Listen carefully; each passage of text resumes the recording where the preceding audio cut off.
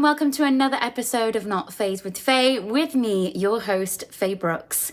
Firstly, I just want to say thank you for tuning in last week. We didn't have a fully functioning podcast suite, but we are back. And ladies and gentlemen, we have a doctor in the house. Yes, that's right, a doctor on Not Fazed with Faye. You're welcome. But she's not just any old doctor. She's a famous doctor, and a beautiful one at that. You'll recognise this stunning lady from Channel 4's Embarrasing Bodies. Yeah, that show. So trust me when I say this is a really interesting chat, and I cannot wait to share it with you all. We talk about life, we talk about her career, juggling motherhood, everything. And it is full to the brim of really behind the scenes stuff that you would just not get anywhere else. So enjoy, ladies and gentlemen, without further ado, Dr. Dawn Harper. Dr. Dawn. Ladies and gentlemen, the doctor is in. Thank you for being on Not Fazed with Faye. Oh, look, Faye, it's a real pleasure. I mean, we now know each other because we live relatively close to one another. I'm a newbie to the Cotswolds. You've been a fan of the Barn Theatre, which obviously my husband runs, and you have supported his theatre, I think, from day one. And you go to the shows all the time. So we're always bumping into one another. We are. And as regards the barn, hey, listen, what's not to support? I know. Biased, obviously, but... well, I'm not. And I think from the very first show that I saw, I remember saying, actually, it's the West End in the West Country. It's amazing. Yeah, there's some things. And I actually got to perform there this year, and I was just like... This is everything. Like you were amazing. If I could work at the barn all the time, I would. You went like, what? And I was like, honestly, I felt very comfortable. Yeah, well, I'm sure we'd love to have you working the barn. I think they'd be a bit sick of me by like the fourth show. They'd be like, can we get someone new, maybe? No, just play someone new. It'll be fine. Anyway, back to you. Mm-hmm. So, you are a very well-known doctor. You're not just a highly skilled GP. You are so well known because of a certain show that I feel like really was daring television, Channel 4, Embarrasing Bodies. Yeah. Mm. I don't think really anyone had seen anything like this before. It was quite groundbreaking, and you were forefront of it all. Yeah, so I remember when it first went out on air, and all the production team were very upbeat and so on. And then the next morning you get the phone call with the viewing figures, and they were really excited because it had done so well. Oh. And it was only then that they told us that actually, because it was quite groundbreaking in those days, it's a very clever show because it kind of mixed a bit of voyeurism with education. It was very clever balance. Absolutely educational. But they then told us afterwards that they were waiting for all the kind of reports and so on it, because if it had been slated, they were going to pull the whole thing off the channel, and they had a secondary something or other to put in its slot if it had been really badly received. But of course, nobody told us that. No, of course not. Of course not. And the show was a success, is a success. How did it all come about? Oh, wow. Okay, so I've been a GP for nearly 30 years, and always I've done kind of other things alongside general practice. So actually I was at a medics drinks party not far from here, and I got chatting to a guy who had set up a consumer health website, and he wanted a lady doctor to just answer individual queries. And I didn't have a computer at the time. I had 3 small children, and I went and bought my first computer, and I was his lady doctor. Wow. And this is I'll try to do this succinctly, but anyway, at the time I was the only lady partner in a 7-doctor practice. And so I was doing all the women's health stuff and a lot of smears, and I had a query on this website about a smear test, and this lovely lady replied to me, and she said, gosh, nobody's ever explained it like that. Actually, I write for a women's magazine. I'm an editor for a women's magazine. Will you write for me? So I wrote for her. Anyway, a while later, she phoned me up and she said... Was this women... No, this was... Well, actually, she did 2 magazines, both of which are folded, so I hope it's got nothing to do with me. Oh, no, nothing to do with you. One was Family Circle and the other was called Zest. And anyway, she phoned me up. Zest is still going. Zest is still going, yeah. Oh, okay. There you go. Oh, I thought it had folded. Anyway, so she rang me up and she said, Channel 4 want to speak to you. Wow. And I said, no way am I doing that. And then I told friends and family and colleagues and said, you won't believe what's happened to me this week. And everybody said, well, Dawn, why don't you do it? So anyway, I auditioned. I had this You had to audition? I had to audition. And this lovely girl who is actually Anna Robertson, who's now a presenter, but she was behind the camera today, and she said, Interesting. oh my word, this is your job. You need an agent. Wow. Introduced me to my now agent, and I'm kind of surfing this wave thinking, oh my word, is this going to happen? Anyway, 2 weeks later, I get the thanks but no thanks phone call. But this is probably the No one wants that call. Well, it was fine because I hadn't lost anything. Yeah. And I'm always believed in life is about opportunities taken and opportunities lost. So I'd sort of opened the door and it got slammed and that was fine. Anyway. That's a wonderful way to look at it. But she said to me, listen, I think you've really got something. Oh. So I think you should go and get some experience and let's talk again in 6 months. Anyway, long, tall and short of it, I did get various bits of experience and I made it into a DVD and I sent it off to her. And the funny side of this is she said, right, I'm going to sign you. So I said, well, there's nothing to sign. She said, there will be. Oh, so the first television she got me was on UK Living, which was great because nobody saw it. Oh, and I used to. I wish that I knew about this. It's your world. It's your world. But I didn't realise when the red light was on a camera, it means it's on. Yes. To me, red went. It was off. Oh, right. So I was on a very steep learning curve. Anyway, she got me my first book deal. That's where you learn, though, and you learn quickly. She was awesome because she got me my first book deal and I dedicated it to her. Oh. And it just said, I dedicate this book to my agent, Debbie Catchpole, who believed in me when there was nothing to believe in and without whom this book would still be a figment of my imagination. And I sent it to her and she's a businesswoman, she's direct. And anyway, she was quite emotional. And I said, well, Debbie, it's true. And she said, actually, Dawn, it's not. She said, I say that to everybody to let them down gently. I didn't believe in you at all. And she said, now I feel like a real heel.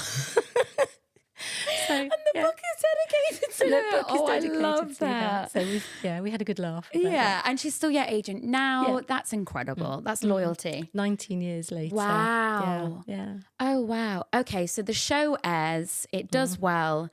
Did you feel like an overnight sense of fame had happened? Or Not was it in the slightest. Oh, No. good. Oh, good. That's No. good. So bearing in mind that if you are a country GP, you are constantly bumping into people in the supermarket or the high street who will just kind of maybe mention something medical to you. So it just became a little bit more. And actually, I do remember my kids were sort of just becoming teenagers when it really hit the big time. And they used to get really cross with me if you're being looked at. I bet you just didn't. Yeah. No, I wasn't aware of it. And I don't think I was, funnily enough, I think I'm probably more aware of it. It was a really successful show, but it was kind of normal for us at the time. Pixie, really? Pixie is she's such a great friend. I was her maid of honour at her wedding. She's like an overshaken bottle of Irish Lucozade. She's just fantastic company. How great is that? And we both used to refer to Christian as our telly hubby. Yes, yeah. I think a lot of people would have said that. But the show was just honestly, I don't even think we've seen anything since then. And if they've tried to replicate it, it's just not been as groundbreaking as when it did air. And I'm desperate to ask you, the funniest moments. What are the stories that you can share with us that maybe we didn't see as viewers? Well, there are two. I think the first one is in the first series, we were filming out of a footballer's flat in Birmingham. So it was a big white space. It was easy to make it into clinic rooms. But of course, neither of us had much of a TV profile. I'd done a little bit, but as I say, there was nothing major. So people didn't really know who we were. And I saw a girl with a gynae problem. And I was new to telly, so it felt very uncomfortable to me that there was a male director, a male cameraman, a male sound man, a male runner, female makeup artist. But there were all these people in my consulting room. And we got to the point where I had to examine her. And so I said, right, listen, we're not doing this twice because this is not, it's very personal. Yeah. And so I examined her and she got dressed and she sat down, and I said, okay, well, everything looks really healthy. I've taken a swab, I've taken a smear. And she looked at me and she went, are you a real doctor then? So I said, right, do you guys want to go and have a cup of tea? And I sort of said, listen, what I have just done, if I'm not a doctor, is assault. It was really shocking. Oh, my So it wasn't God. the medicine that was shocking, it was that. And then I guess the other one was... Was she just there for like... Well, people She often knew ask me, she knew she was being a part of a show. Yeah, so people often ask me why did the contributors agree? Because they weren't paid. But I think in the first instance, it was people who wanted to be on television, maybe. And as the show became more and more successful, I saw a real shift in we were seeing people who perhaps had already seen 2 or 3 specialists. Right. And the one thing that the show did really well is I think the success of the show's got nothing to do with Pixie and Christian and I. It's got everything to do with the team behind the scenes. Because brilliant. every contributor had a number, a phone number for a member of staff.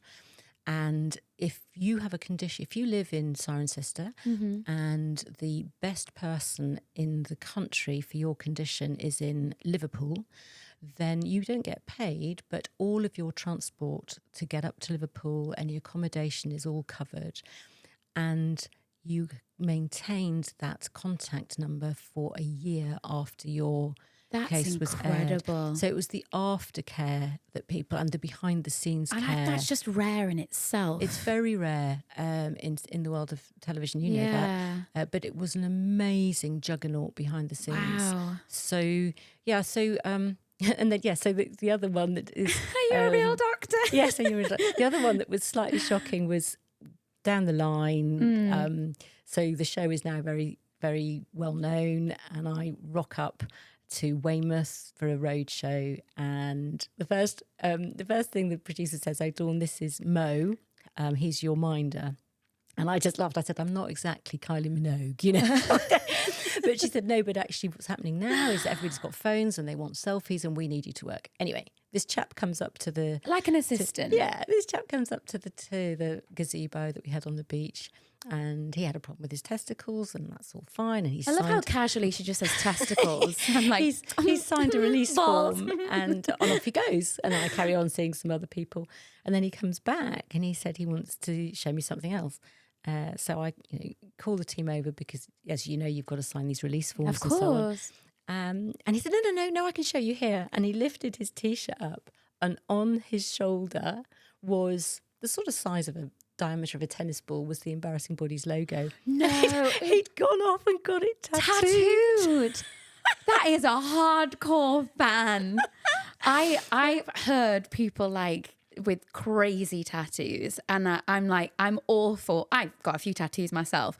I feel like a bit of a daredevil when I say that, but it's when people tell me that they've taken like my signature and they're saying that they're going to tattoo that on them, and I'm like, that's really interesting. Have you had anybody like that? I'm going to have Dr. Dawn's face on my calf, or like... Yeah, I do remember saying kind to him, of... Yeah, people ask me all the time, what has shocked you? What's kind of stopped you in your tracks? And I've always said nothing, because actually... Really? I don't... it's very interesting. I sometimes see patients today even who will say, I've waited to see you because I know you don't mind seeing the embarrassing stuff. But the truth of the matter is... GPs up and down the country see everything that we saw on that show. You've normalised it in a way. We just happen to have cameras in our consulting room. But I do remember saying to that guy, people always ask me what's shocked me, and I always say nothing, but actually I might have to stop now and say it's you. Exactly. That's crazy that nothing really shocks you, though. I suppose that's then how you've dealt with just everything. Well, I think the other thing to say is which does surprise people, is often the cases that we saw on the show weren't the worst case of that particular condition. Right. But it was a really interesting experience, actually, Faye, because I'd been a doctor for a long while by the time I got that gig. And I learned something doing that show that I hadn't really appreciated before. So if you come in to see me in general practice, we've recently gone to 15-minute appointments, which is lovely. Used to be 10, but that's not very long. You know, for you to tell me what's wrong, me ask some questions, examine you, arrange tests, whatever. And so what we got, what we found with the show is that if we had two ways of seeing people, either in our clinic, which was the studio in Birmingham, or out on the road. And the clinic appointments were often an hour or two long. And of course, they get edited down to a minute or two. And what I used to say to the patients is, right, this is your only opportunity to have a one-on-one for free for a couple of hours with the doctor. That's incredible. So ignore that lot. And if you say anything that you just think, oh, I don't want that to go out, I just used to turn to camera and say, can we make sure that doesn't make the edit? And then we carry on. That's what I do here in Not Fazed with Faye. Which is absolutely perfect. But what I heard was, and so people will say to me, you know, my patient would come in and say, my husband's never seen my breasts. And then 30 seconds later, you know, T-shirts up and they're showing me, and that can't be real. I said, that's because of the edit. But what happened was, I really learned the length that some people go to hide whatever may be their problem. And one of the things that, because the other two are in private medicine, you know, they see people for follow-up all the time. And in the NHS, even back then, and more so now, we're so pressurised that we don't follow people up if they're better. You know, if you're feeling better, that's great. We don't see you. Of course. So I used to love the follow-up days because people would come back in, and what really struck me was not the physical problem that they'd presented with when they first came, and that was now better. So, you know, that was great. But invariably, Faye, they were almost 6 inches taller. They might be a totally different style of clothing. They may have had their hair done differently. And it was a real kind of a window for me on the emotional and social impact of what would seemingly be a very primarily physical problem. Yeah. So I think I learnt a lot that I would never have been taught at medical school, or would have had the privilege of experiencing in the kind of frenetic conveyor belt of the NHS. So That's incredible. It was a good time. Yeah. We loved doing it. And my colleagues occasionally would say, oh, have you just been covering psoriasis? I've had every flipping rash in the county. and I think, well, do you know what? If it's done that, it's done. That's a good thing. The only thing I did talk to the producers about was, I said, we have to be very honest about what we're doing privately and what we're doing on the NHS, because it's not fair to raise national awareness of a particular treatment which just isn't available on the NHS. Right. And that would mean floods of people go in to see their GP. And expect it. Yeah. So, I mean, I don't know how much you remember about the show, but they would quite often just have a Spire Health or a Harley Street, which would make it very obvious that that's where they're going. Yeah. The whole concept of us being embarrassed to share those sort of... I don't know whether it is a rash or it's something that we just can't even accept ourselves. And why do you think that we end up becoming that way? Because I feel genuinely, just me as a woman, I don't know whether it's my upbringing, my own mother, I've got sisters, and I'm very comfortable with my friends, that we are very open. But there's something, I think, about our British society that we can all be a bit prudish. Yeah, I think there is. It is a slightly British culture. Yeah. But to be fair, I think we are all getting better. I think we are. And we're better about talking about physical and emotional problems. Yeah. But the show was really weird. So, I mean, honestly, I can't tell you the places I've been in a very public environment where, in a very non-British way, somebody will, it's almost like a knee-jerk. They'll kind of, I think that's that doctor from Embarrasing Bodies. And they'll kind of very quickly go, oh, are you Dr. Dawn? And I go, yeah. And they go, can I show you something? And, you know, I've been in the middle of Cheltenham High Street with somebody with their left breast out. And I have to say, yeah, and everybody's staring, and they're certainly not staring at me, honey. And then there's all my kind of, they forgot themselves. Yeah. No, I feel like whenever there is a doctor around, we automatically feel safe or comfortable or at ease. So Yuan's dad used to be a doctor. Okay. And I feel like I feel very lucky that I have married you, Anne. And if ever there is a problem, I can just call Rob. Yeah, yeah. Do you know what I mean? I'm obviously can always call Dr. Dawn. Of course you can. The fact that we've got a doctor in the family, I don't know why that makes me feel safe. Do you know what I think increasingly? So, you know, I've always had people contact me, and I think there is an increasing frustration with the way the NHS is providing services. But also confusion. So, you know, we've got so many different ways of accessing the NHS today, and most people want to get it right. They don't want to abuse the system. They don't want to be in A&E with something that could have been dealt with somewhere else. But I think we've given a whole load of choice and not necessarily given people the information. Yeah. And so my phone goes all the time with people just wanting some help navigating the NHS really and working out how to get the best. And so I guess that's kind of, having a doctor in your little black book. I think it's wonderful that you're willing to give that advice, though. Do you know what I mean? Like you're absolutely being so generous with your time. Faye, I think if you're not as a doctor, you're probably in the wrong profession. Yeah, let's talk about that. So, did you always want to be a doctor? Were you as a kid? Were you like, my childhood was definitely like, I'm going to be a nurse for sure. Okay. Like, I used to pretend to like make everyone feel better in the house. I would go around. I would have like, you know, that sort of like when you were a kid, they had like the little outfits and there was like a little pinny, and I would pretend to take people's temperature.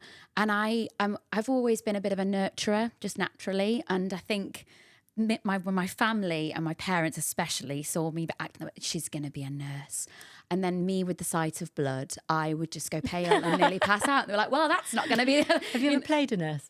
I have never played a nurse. Okay, there you go. There we go. That's the next Barn Theatre production. BBC drama, Faye Brookes as nurse. No, so yeah. When you were younger, was there an aspiration to be in this field, or? So none of my family had ever been to university. Wow. I was a proper little goody two shoes. I don't think I'd have liked myself very much if I met my younger self now. And I went into. Well, two things happened. There was showing my age. There was a series called Angels on, I think it was the BBC, which was following student nurses, and I thought it was really glamorous. And then I went in to have my appendix taken out, age 12. Wow. And I remember watching the doctors and the nurses around their kind of the old Nightingale kind of format. Yeah. And it's sort of 3 a.m. and thinking that looks really glamorous. You know, fast forward a few years, and when it was me, it didn't feel so flipping glamorous. I was going to say, I'm not sure if it was. So I just decided I wanted to be a nurse. And then my parents said, well, you know, you could probably be a doctor. But then, interestingly, my headmistress called my parents in and said, look, you know, you're making a mistake with your daughter. She's not a scientist. She's a reasonable linguist, and you shouldn't be pushing her down this way. And they kind of said, actually, it's not our choice. It's totally her choice. And I still keep in touch with my German teacher. She's amazing. She's in her 80s. She's absolutely amazing. And we had a conversation when I wrote my first book, when she said... you know, I remember sort of, you know, when I was 15, I wasn't listening to anybody. I knew exactly what I wanted to do and took no advice from anybody, as any self-respecting 15-year-old does. And she said, you know what, maybe we were both right, because today I spend more time talking and writing about medicine than I do actually doing it. Yeah. So, you know, maybe the school was sort of right, but I'm glad they didn't persuade me otherwise, because medicine is a real privilege, actually. Yeah. And so you went to school. You went to Westminster? Charing Cross and Westminster. Yeah. They used to call it the Polytechnic on the River, because you could get into Charing Cross and Westminster with lesser grades. Love the honesty. So, but how long does it take to actually become a qualified doctor? Well, it's changed now. So what we did 2 years literally in the lecture theatre and the dissection room and what have you, and in the labs. And then 3 years working our way around. So we would work with a group of 6 of us, went through all different departments. So you sort of do 6 weeks in dermatology, 6 weeks in gynecology, whatever. Is this where you find out what your strengths are, what it is that you want to do, your passion? A little bit. It kind of gives you obviously you've got to learn about it all. Yes. So it's about teaching about it all, but also you start maybe to kind of have a feel for what you want to do. And what I wanted to do wasn't general practice at the time. And then you do your finals after 5 years. Five years. When I qualified, you then did 6 months as a houseman in medicine and 6 months as a houseman in surgery before you were fully registered. So it was 6 years, but it's longer now. Yeah. Is it as intense as it sounds? Oh, listen, we partied as hard as we worked. This is the stuff I want to hear. Yeah. Come on, Yeah. Dr. Dawn. Yeah, we had, I loved medical school. We had a really good time. Do you have fond memories of that time? Very like fond good memories. friends? And so 3 of my best friends from the firm, we get together every year. So one lives in Glasgow, one in Shropshire, one was in London, but he's now retired and moved out to Devon. And of course, we're here. We get together every year and we do really long dog walks, which means that we can eat and drink what we like in the evening. Yes. And we catch up. So, those are friends for life. So I've known them for, 40 years? Yeah. Wow. 82 I went to. And they're all still working within the industry or not? What's really sad, Faye, is I think I'm the only person in my peer group who is still working clinically in the NHS, or if they don't have a retirement plan in place for the next 6 or 12 months. People are burnt out, and I'm very aware that I talk about how much I love my job, but I am part-time. I'm not burnt out at all. And it does worry me because you can teach all the facts about medicine. You can't. It'll be the same in your world. That little person on your shoulder that goes, this just ain't quite right. Mm-hmm. You can't teach that to anybody. That's just experience. And we are losing, I'm getting a bit morose now, but we're losing a whole cohort of really experienced doctors who are not there then to teach, to kind of share their experience, if it's you like passing the baton. Yeah. And we're losing them early. So it's all well and good, lots of talk about employing more doctors and so on. But actually, if we're hemorrhaging them 5 or 10 years early at the other end, it's a worry. That is a worry. Do you think that's what makes us all slightly a little bit, wary of just who's going to take care of us and have we got the qualifications and all of that, the NHS? And I know that that's a very, very difficult conversation to have because there's been so much strain on them and I have so much respect for them. But it's a difficult for them, isn't it?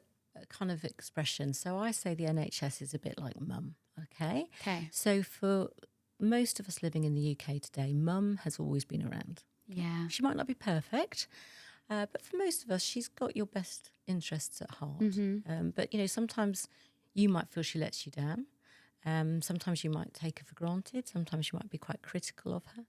But for most of us, when mum is gone, we're going to really, really miss her. Yeah. And I do worry that we could lose the NHS as we have her today in my lifetime, not in a generation or two. So I think, God, I'm getting terribly serious with you, Faye, but that's okay. I think we've spent decades really talking about our rights, and we we are slightly taking the NHS for granted. Maybe now not so much. Maybe we are frightened that she might go. But I think that whatever hats we wear, we all have a responsibility along with those rights to look after mum, okay? Yes. So I have the responsibility as an individual, as a mum, as a doctor, as a broadcaster, a writer. All of those hats can do something to try to protect the NHS. And I think we all owe it to her, really.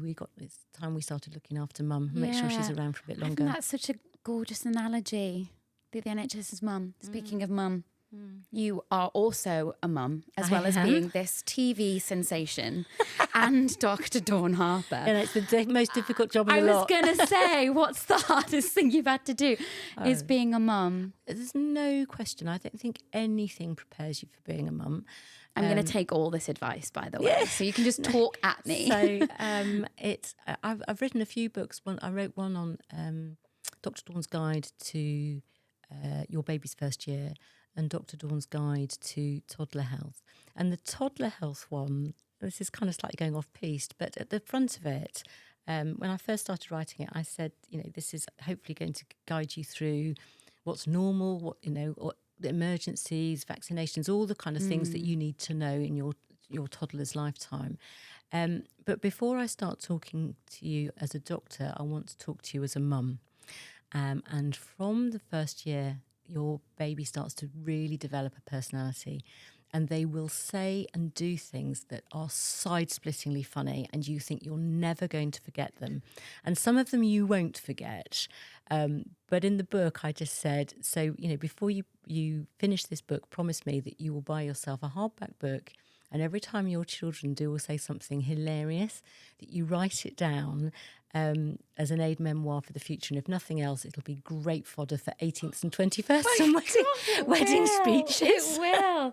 I think we still have catchphrases within our sibling chat group that all of us said when we were younger. I don't think I could pronounce piano. It was piano. Yes. And the little things that my brother said when about the weather. And it's so we lovely. now still say it because it was Jack's way of saying this. And, Jodie said that. And I just love that Mum always reminded us of those little things that we had as kids. Yeah. When my mum was alive, my children loved nothing more than hearing stories about when I'd been a bit naughty or the things I'd done wrong. But I do think it is the most difficult job. That sounds a bit trite, but it really is. It's the truth, though. These babies don't come. I remember my first baby, he was born by cesarean section. He was a big baby, 9.5 pounds. And I came back, and I came back to Stroud Hospital, and this lovely auxiliary nurse sort of came in and she said, I'm going to show you how to bath your baby. And I said, thank you very much. And matron said, no. Dawn's a GP. She doesn't. She knows. And I said, no. I can do a lumbar puncture on somebody's baby. I can put a drip up. But nobody prepared me for how terrified I was of damaging this lovely little baby. And he's yours and precious. So and they don't come with a manual. And I still, to this day, I say to patients when we're talking about parenthood, particularly to mums, I say, from the moment of your first positive pregnancy test, tattooed through the middle of you are two words. One is guilty and the other is worried. And unfortunately, unlike tattoos, those two words don't fade. They just get bigger and bolder. It's a massive responsibility. You're really preparing me. Yeah. But hang on, ask me the other one. Would I do it again in a heartbeat? Exactly. I think it's probably the hardest job, but possibly the most rewarding. The most rewarding. Yeah, the rewarding aspect of being a parent. I mean, I don't know how they feel about you now being this famous doctor as well, but I'm sure that they're super, super proud of everything you've accomplished. You have accomplished a lot. Oh, Faye, I don't listen, a lot. I think unfortunately Embarrassing Bodies is the reason why I've got 3 kids and none of them are doing anything health related. So they're going off and pursuing their dreams. That's a great way to be as a parent. My parents did that for me. No one was, an actress in my family. Didn't have a clue. And I was just like, I'm going to go and do that. And they were like, okay, sure. Fly then, go, And I think that's exactly how you are as a mum. I hope so. Yeah, absolutely. You're a beautiful energy to be around. And I think that's like a very inspiring place to be. And so I think your kids are just going to flourish no matter what. They don't have to be in medicine to succeed, do they? No. And actually, medicine, I've always said that general practice is as much an art as it is a science. It's quite an interesting sphere of medicine because I could see 20 people in the same day with the same diagnosis and have 20 different consultations because it depends what you want from your life, right? Your pain threshold, how resilient you are as to what you'll put up with. So some people just want to take a pill for every ill. Other people want to explore everything they possibly can to help themselves before they go anywhere near a medicine. So you have this really lovely kind of, I liken it to choosing the tailored suit or the little black dress. So every guy's got a suit, every girl's got a black dress. It's your sort of go-to. Yeah. But what looks $1 million on you isn't going to necessarily work on me. And actually what looks $1 million on you today may not look great on you in 10 years. So it's really, the art of medicine about fine-tuning for each individual is what I love the most. And that is slightly going. It's becoming more algorithmic. There's a bit of computer says no. Okay. Oh God, love that computer says no. I'm loving all of your like metaphors and anecdotes, and like, where's that book? Where's all of like Dr. Dawn's advice? But it's so heartfelt. Yeah, there was going to be a book in me. I'm too old now, but I always wanted with the age. No, I always wanted to do Strictly, and if I got Strictly, I was going to write a book. Have they been on the phone at all? No, I did get as far as chatting to them once, and they were really honest, and they just said, they have a scaffolding of people that they and I don't tick any of their boxes, which is absolutely fine. But I did think that there might be a book which was going to be called, because I've had some hilarious taxi conversations with people over the years, so it was going to be called Taxis, Testicles and Learning the Tango. I would buy that book in a heartbeat, just for the title. I think that one's going to stay as a figment of my imagination. I really want to talk about Jack. Yes. I really want to talk about your husband, who we love, who spent many time with the pair of you. And I feel like you two were just destined to end up with each other, with your doggies, in that beautiful house, and just live the rest of your life like to its fullest. So he's a real rare one, I think. He is an absolute rock. And if I'm away with work... which is that often? Or? It is quite often at the moment. And if I'm away with work, when I come home, he is amazing. The house is immaculate. There'll be flowers in the vases. Oh, Jack. Supper in the oven. He's an amazing Are you listening chef. to this, you? Yeah, he's just... he won't mind me saying this because I've said it before to friends and everybody laughs and he goes, actually, I think it's a compliment. But I just say he's my best girlfriend who has testicles. Sorry, Jack. I don't think you'll mind. He usually says he thinks it's a compliment. Oh, my God. Yeah, he is a one-off. But you married your best friend. I married my best friend and, he is a complete support. He's just... very, very good to me. He gets it. He's like your biggest cheerleader. Yeah. Yes, and also a sort of a calm energy as well when it's been so chaotic, because your day is never normal. You say it's normal. You're painting this sort of normal life, but your day is very exciting. Well, I don't know. No day is the same. I guess that's... That's I think really refreshing. Variety is did Bear just slack his head on the mic? Bear just came in to have a little chat to the microphone. I think...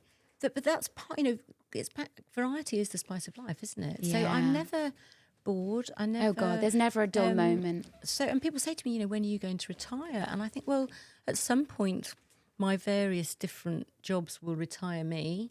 Do you think you'll ever retire at some point? Maybe not fully. And I do lots of different things now, and I don't know. No, I don't think I would. Well, hey, listen. Never say never.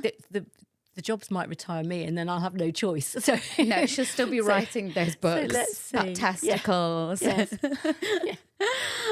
No subject is like off the table. No, when it comes to. No. Well, actually, that's the one thing, Jack. When we were first together, we'd be on a train or something, or on a platform, or walking down a street in London, and somebody would phone me for an interview, and I'd be sort of chattering away about vaginal discharge, and of course, Jack's not medical, and he'd go, shh, shh, shh. Does he get embarrassed? I think he's just very protective of me, thinking... I remember one time being in Carnaby Street, which, you all know Carnaby Street, heaving with people, and I had a radio mic on and the camera was right at the other end of Carnaby Street, and I'm walking through this very crowded street, and Jack said he felt so sorry for me because I have to do this piece to camera where I'm going, so ordinary people with ordinary sex lives. Also, you might think, and the whole of Carnaby Street can't see the flipping camera, and they're just thinking, she's weird. She's just talking to herself. She's properly about weird. Sex. And he's very protective of when I'm doing things like that, but yeah. And he's always been your protector. He's always, from day one. I feel like he's just been the best person to sort of like keep you up there on a pedestal, and he's happy to just be in the background. Yeah, Not necessarily. Let's hope he doesn't see through the veneer. Hey, Stop! No, I meant like there's a real good balance. He's not ever jealous of you. No. He's not ever like, why am I not in the spotlight? He's literally putting you up there and wanting the whole world to see you shine. Yeah, I think he thinks I shine more than I do, but that's fine. I can relate to that. I can really relate to that because obviously I married my best friend, and I think they've got more belief in me than I do. Which is perfect. Because so when you wobble, they've got somebody got there to catch you. I love that. And so what has been happening of late? It's all going on anyway. You're always busy. You're always at the general practice surgery, and you've got several that you go to. No, I just work for one surgery. Is it just one now? I've done for 19 years, I think I've been there. Years. But I'm part-time. I work with the best practice. When media kind of started knocking, I took a bit of a leap of faith. So back to opportunities taken and opportunities missed. I decided that I didn't know whether I wanted this world, but I did know that I didn't want to wake up in 5 or 10 years' time and think, I wonder what if. So I thought, I'm going to go with this and see. So I resigned as a partner from my practice, and I locumed in every surgery in the Strand Valleys, and then I went to my practice, the senior partner then, and I asked if I could have a job, and he took me on. He's now retired, but my patients in their sort of 80s plus used to refer to him as Little Timmy because he took over the practice from his mum and dad. And when he was a child, the waiting room was their sitting room. No. And so my older patients remember him running around in nappies, you know. Yeah. And he was, I think, one of my greatest role models in clinical medicine in that he was an old-fashioned family doctor, and he just cared and was, if he ever came to me and said, Dawn, you didn't phone Faye back with her results, I would have felt utterly crushed, because you would know that not only if you'd been his patient, he would have phoned you, but actually he's probably realised I haven't done it and he's phoned you. You know, he was just such a great doctor. Really hands-on. So, and it's a really, I've worked in places, and I've worked in teams which are not teams, and it's just a great team, great teamwork, and a happy practice. So when they've decided they don't want me, I will have to retire from that. But at the moment, everything's going smoothly. Everything is gorgeous. I'm sure that they absolutely adore having you as well. But is there anything sort of like outside of the world of medicine that you feel passionate about or want to pursue? Like you did just say you want to do Strictly. I'm just thinking, But like I know that you love theatre, and I know that, I've had many conversations with you and Jack just about the things that you love. Is there any other passions outside of that world? So love theatre, love music. Really? We always have music in the house, love music blaring through the house. I remember his playlists. You'd always be like checking the playlist. Yes, he's always got a playlist. Took up vegetable gardening in lockdown and absolutely love it. So really? I bring in hordes of vegetables and he does clever things with them and creates lovely meals. Charity, I think. So we've always done quite a bit, and our kind of main focus of charity is usually disabled or disadvantaged children. And actually I remember when Joanne asked me to be an ambassador for the theatre, and I thought, middle-class Cirencestors, not really bad. It doesn't really tick. But I liked you, Anne, and he said, well, come and have a conversation.